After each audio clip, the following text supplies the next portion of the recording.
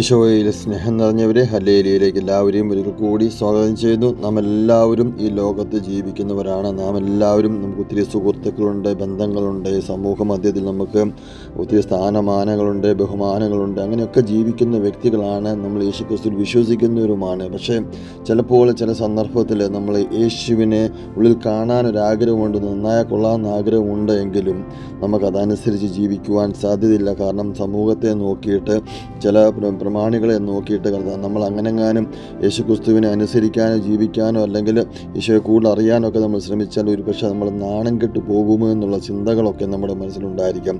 ഈശോ സ്നേഹം നിറഞ്ഞവരെ, ലൂക്കാ 19:3 പറഞ്ഞു തരുന്ന പോലെ യേശു ആരെന്ന് കാണാൻ അവൻ ആഗ്രഹിച്ചു. പൊക്കം കുറവായിരുന്നതിനാൽ ജനക്കൂടിൽ നിന്നുകൊണ്ട് അത് സാധ്യമായിരുന്നില്ല.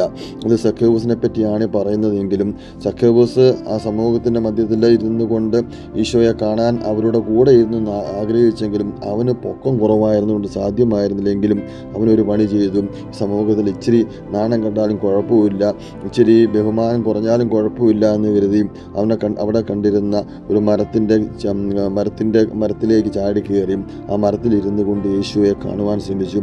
ഈശോയെ സ്നേഹം നിറഞ്ഞവരെ, എല്ലാ ബഹുമാന്യതകളും എല്ലാ കുറവുകളും എല്ലാം മാറ്റി വെച്ച് അവൻ അങ്ങനെ ഒരു പ്രവൃത്തി ചെയ്തതുകൊണ്ട് ഈശോ അവനോട് പറഞ്ഞു, നീ സക്കേവൂസേ, നീ ഇറങ്ങുക, ഇന്ന് ഞാൻ നിൻ്റെ ഭവനത്തിൽ വരും. ഈ നോയമ്പിലൂടെയൊക്കെ നമ്മൾ കടന്നു പോകുമ്പോൾ എന്തിനാ നോയമ്പെടുക്കുന്നത്, ഇന്നത് നമുക്ക് സാധ്യമാണോ, ഈ സമൂഹത്തിൽ നമ്മൾ ജീവിച്ചിരിക്കുമ്പോൾ ഇതിൻ്റെ ആവശ്യമുണ്ടോ എന്നൊക്കെ നമ്മൾ ആഗ്രഹിക്കുമെങ്കിലും നമ്മൾ തമ്പുരാൻ്റെ മുന്നിൽ അത് നമ്മുടെ ആഗ്രഹങ്ങളെ ഒന്ന് മാറ്റി വെച്ചിട്ട് ഈശോയെ കാണാൻ ആഗ്രഹമുണ്ടല്ലോ, ഒന്ന് നോയമ്പെടുക്കാനും ഒന്ന് ഉപവസിക്കുവാനും പശ്ചാത്തപിക്കാനും അനുദപിക്കാനും ഒക്കെ ശ്രമിച്ചു കഴിയുമ്പോൾ കർത്താവായ യേശുക്രിസ്തു ഇന്ന് നമ്മുടെ ഭവനത്തിലേക്ക്, നമ്മുടെ ആവശ്യങ്ങളിലേക്ക് ഇറങ്ങി വരുമെന്ന് നമുക്ക് വിശ്വസിക്കാം. ആമേൻ.